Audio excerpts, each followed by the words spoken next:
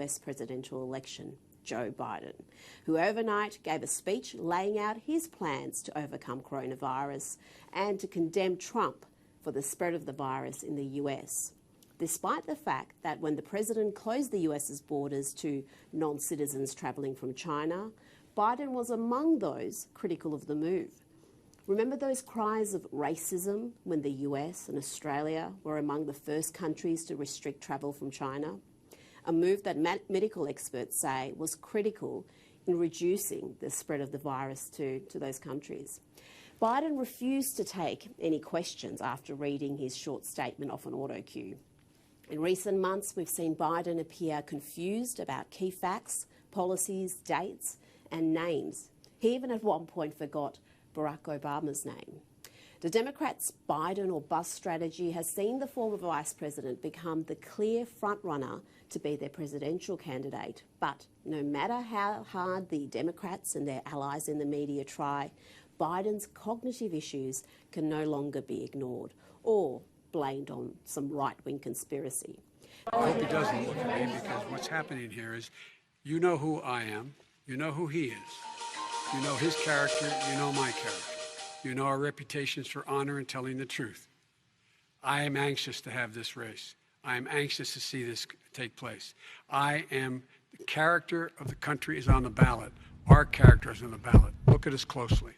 Democratic presidential candidate Joseph Biden today faces a controversy. 3 weeks ago at a debate at the Iowa State Fair, he used phrases identical to those delivered by British Labour Party leader Neil Kinnock.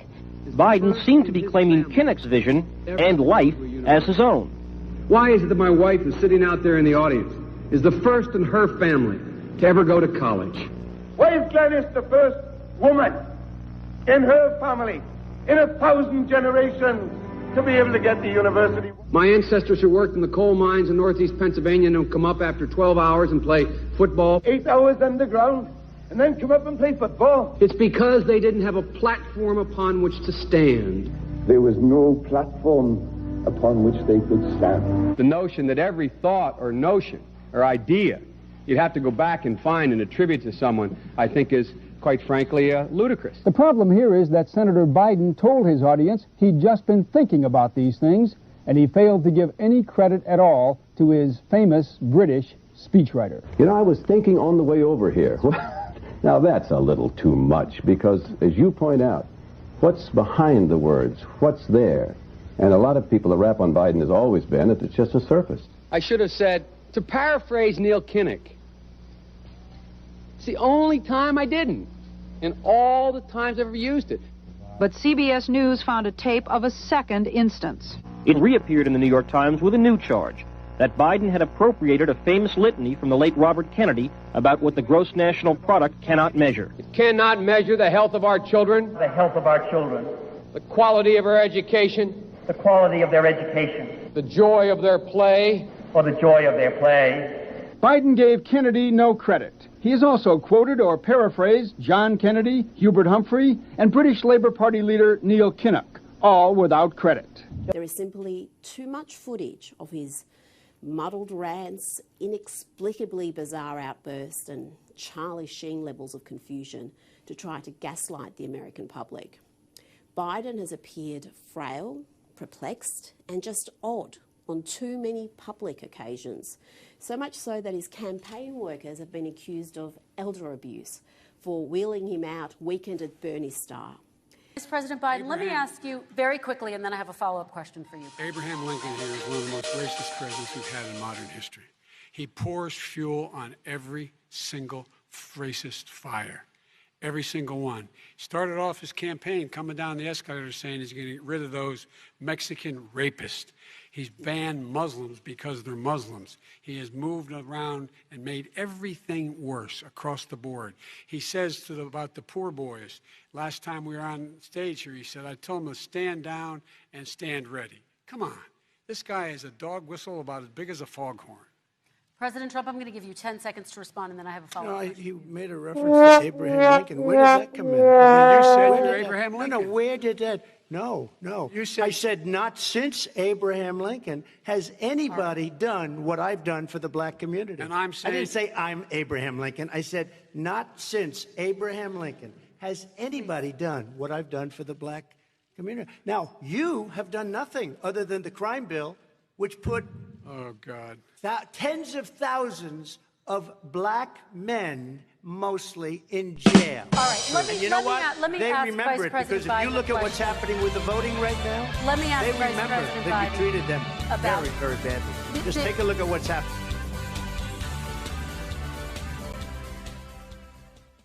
Cognitive issues can no longer be ignored or blamed on some right-wing conspiracy. There is simply too much footage of his muddled rants, inexplicably bizarre outbursts and Charlie Sheen levels of confusion to try to gaslight the American public. I'll lead an effective strategy to mobilize true international effort to press. Biden has appeared frail, perplexed and just odd on too many public occasions, so much so that his campaign workers have been accused of elder abuse for wheeling him out weekend at Bernie style. This week, Biden launched an astonishing attack against a blue-collar worker in Michigan who questioned his proposed gun laws. Not only did Biden get basic facts wrong and misstate his own policy, but he told the constituent in a hard hat he was full of SHIT and a horse's behind and got aggressively in the man's face to the point where the voter said, "This is not okay." Have a look at Biden's response. Wait. Take your AR-14s and what? Okay, this is not okay. Hold on. All right. Hey, let's you don't tell me to do, pal. I want to go outside. There's a lot of guys. A lot of guys wanted. It's hard to make out, but he pretty much said, "Don't tell me that, pal. Don't tell me it's not okay. I'm going to go out and slap you in the face." When journalists asked him about that spat and why he swore at a union worker, Biden seemed genuinely confused and said, Both targeting over this exchange this morning with the voter about guns. Any regrets about how you handled it? Well, I'm surprised that Sanders is joining Trump. It just surprised me. Wasn't it appropriate to swear at an American, though, especially a union voter? That's the man who much of the media claim is best equipped to bring civility and honour back to the White House. Here's a man who's developed a habit for abusing voters. It's an odd strategy, given the Democrats desperately need middle America. You know, the people who voted twice for Obama before switching to Trump, to swing back to them. Last month, Biden called a woman a lying, dog-faced pony soldier after she asked a mild question, and he even challenged an Iowa voter to a push-up contest and an IQ test. Biden's gaffes, episodes of confusion and bizarro comments are becoming all too common on the campaign trail. I'm not even talking about his hair-sniffing antics. Many times over the years, from the time I was a senator and as vice president. I'm not being solicitous. I used to be a county councilman in Delaware. I only ran for the United States Senate because I realized how hard local office is. I kiddingly say that I did it because, I ran for the Senate because it was easier. That's why I made it a priority my entire career to work closely with you. From the time I got to the Senate 180 years ago, as well as my tenure as vice president. If I have the honor of becoming your president, I make this commitment to you. You're going to have an access directly to the White House. And I'm going to be right there with you, helping you in your communities based on what you think you need. Look, tomorrow's Superstar Tuesday, and I want to thank you all. I tell you what, I'm rushing ahead, aren't I? 150 million people have been killed since 2007 when Bernie voted to exempt the gun manufacturers from liability. It would put 720 million women back in the workforce. Nobody should be in jail for a nonviolent crime. My name's Joe Biden. I'm a Democratic candidate for the United States Senate. What's not to like about Vermont in terms of the beauty of it? And what a neat town. Play the radio. Make sure the television, make sure you have the record player on at night. poor kids are just as bright and just as talented as white kids. We choose science over fiction. We choose truth over facts. Think about it. We hold these truths to be self-evident. All men and women created by you know the thing. All of a sudden, we're underwater, being foreclosed on, because the number of foreclosures that occurred on their streets, significantly reducing the value of their home. But there's more. There's always more. Things I'm proudest of is getting passed, getting moved, getting control of the Paris Climate Accord. I'm the guy that came back after meeting with Deng Xiaoping and making the case that I believe China would join if we put pressure on them. You had people like Margaret Thatcher, Now, on the political scene, one of the Democratic candidates is Senator Joseph Biden. Have you seen the problem he's been having? He went around and made a speech. And apparently, he quoted I think it was a British politician, took his speech and kind of paraphrased it as his own. And then the press got on him. And then he was charged also with taking part of Bobby Kennedy's speeches. And Biden says, not to worry, he reassured his staff. He said, we have nothing to fear but fear itself.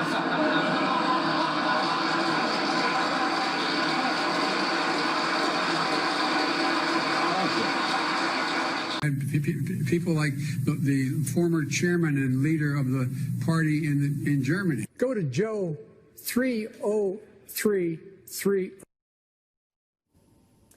Biden's decline has been evident for some years. Back in 2017, at a swimming pool in Delaware, the pool was being renamed in his honour, he gave perhaps the most bizarre speech ever by a mainstream politician. Have a look. I got hairy legs that turn blonde in the sun, and the kids used to come up and reach in the pool and rub my leg down so it was straight, and then watch the hair come back up again. They'd look at it. So I learned about roaches. I learned about kids jumping on my lap. And I've loved kids jumping on my lap. It's little wonder Biden's team is trying to restrict his time in front of microphones. Some of his recent speeches at rallies have been as short as 7 minutes. Did you use the word smart? So you said you went to Delaware State, but you forgot the name of your college. You didn't go to Delaware State. You graduated either the lowest or almost the lowest in your class. Don't ever use the word smart with me. Don't ever use that word. Oh, give me a break. Because you know what? There's nothing smart about you, Joe. 47 years, you've done nothing. Let's have this debate. And if you would have had, let me just tell you something, Joe. No, if you would have had the charge of what I was put through, I had to close the greatest economy in the history of our country. And by the way, now it's being built again. See, and it's we're going to get to the fast. economy in the next segment, sir. Okay. Joseph Biden admitted today that he committed plagiarism when he was in law school. He said it was a mistake, but that it was unintentional. He quoted 5 pages of someone else's work without proper citation. I've done some dumb things, and I'll do dumb things again. He was given an F. So, ladies and gentlemen, I've been dumb. To the political community in Washington, it all seems of a piece. Plagiarism at law school, plagiarism on the stump. The great communicator. Strike that. The great imitator. You don't steal verbatim, or when you do, as he did 99% of the time, you give credit. Biden's critics say he sells himself as a man whose words and visions can inspire a new generation in politics. But if the thoughts, phrases, and visions really belong to others, it's a form of false advertising. Is it a wise idea, though, to take something that personal, anyway, from another politician and try and appropriate it to your own campaign? I think it was a stupid thing to appropriate material that was really very personal, that was someone else's. Most people didn't know who he was, you know, Joe Biden, and now they're going to say, oh, yeah, he's the guy who plagiarized. That's a lot of people. Politically, that's devastating. These clips are devastating. He looks like a Joe Biden wind-up doll with somebody else's words coming out.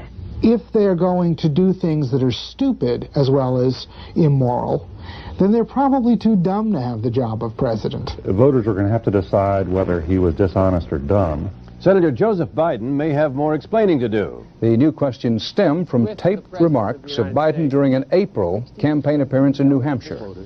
I went to law school on a full academic scholarship, the only one in my class to have a full academic scholarship. Went back to law school and in fact ended up in the top half of my class.